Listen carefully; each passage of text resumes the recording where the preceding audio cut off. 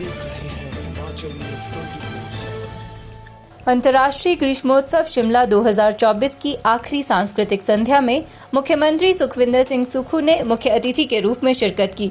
अंतिम संध्या में स्टार गायक दिलेर मेहंदी मुख्य आकर्षण रहे, जिन्होंने अपनी प्रस्तुति से लोगों का मन मोह लिया।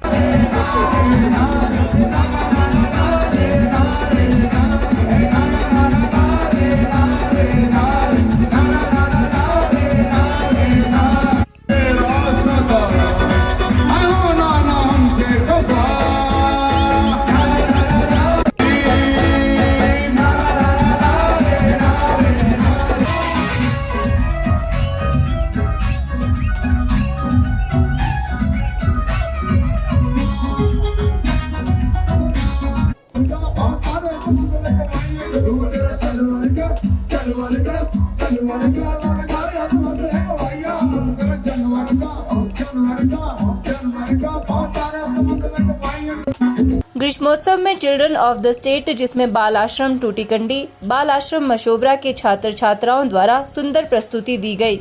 मुख्यमंत्री ठाकुर सुखविंदर सिंह सुक्खू ने कहा कि समर फेस्टिवल काफी लंबे समय से शिमला में मनाया जाता है। देखिए, समर फेस्टिवल एक ऐतिहासिक फेस्टिवल है।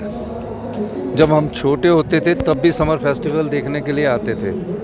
इसका शुभारंभ करवाया और हमने ये कोशिश की है कि जो टूरिस्ट है वो यहाँ आए, लुत्फ़ उठाएं और खुशी खुशी जिस चीज़ के लिए वो आए हैं वो हिमाचल से खुश होकर जाए, किसी प्रकार की कोई ऐसी बात ना करें। मुख्यमंत्री की पत्नी कमलेश ठाकुर को देहरा से टिकट दिए जाने के सवाल के जवाब में मुख्यमंत्री ने कहा कि कांग्रेस हाईकमान ने उन्हें दूसरी बार अपनी पत्नी को चुनाव में लड़ाने के लिए कहा है। इससे पहले उन्होंने उसे लोकसभा में उम्मीदवार बनाने के बारे में पूछा था, लेकिन उन्होंने इसके लिए मना कर दिया था। लेकिन अब हाईकमान फिर से उन्हें चुनाव लड़ने के लिए कह रहे हैं और वे इस बार उन्हें इनकार नहीं कर पाए। मुख्यमंत्री ने कहा कि वे अपनी पत्नी को 3.5 साल के लिए देहरा भेज रहे हैं। उन्हें ये फैसला देहरा के लोगों की मांग पर लेना पड़ा। मुख्यमंत्री सुक्खू ने कहा कि स्थानीय पंचायत प्रधानों ने भी उन्हें चुनाव लड़ने के लिए कहा। वे देहरा के लोगों की सेवा करेगी। मुख्यमंत्री ने कहा कि वे चाहते हैं कि उनके परिवार से केवल एक ही राजनीति में हो। हिमाचल प्रदेश में वर्तमान राजनीतिक परिस्थितियों को देखते हुए देहरा से मजबूत प्रत्याशी मैदान में उतारना था, जिसे देखते हुए उन्हें टिकट दिया गया है। लेकिन 3.5 साल के बाद वहां की जनता की इच्छा को देखते हुए ही आगे का फैसला लिया जाएगा। इस समय हाईकमांड ने दूसरी बार मुझसे कहा, पहले लोकसभा के चुनावों में कहा उन्होंने कि आपको लोकसभा के चुनाव में एमपी का चुनाव अपनी वाइफ से लड़ाना चाहिए। मैंने उस समय भी इनकार किया और इस बार जब सर्वे हुआ तो उसका नाम उसमें आया। मैंने फिर भी इनकार किया कि मैं चाहता हूं कि मैं परिवार से हमारा एक ही आए, लेकिन जिस प्रकार की राजनीतिक परिस्थितियां राज्य में हैं और जिस प्रकार का जो ये निर्दलीय जो प्रत्याशी है, जो उस प्रकार की लड़ाई लड़ने के लिए वहाँ एक स्ट्रॉन्ग प्रत्याशी के रूप में मेरी जो पत्नी थी वो वहाँ उसका मायका है, उसकी अपनी जगह है, उसको उन्होंने कहा।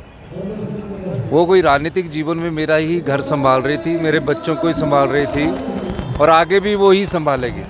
लेकिन इन परिस्थितियों के हिसाब से मुझे जब फैसला लेने का समय आया तो मैं चाहता नहीं था, लेकिन फिर भी हाईकमांड ने जब आदेश दिया है, मैं हाईकमांड के आदेश की अवहेलना नहीं कर सका।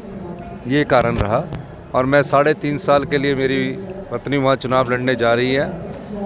जब देहरा की बात आई थी तो मैंने उस समय भी कहा था देहरा मेरा।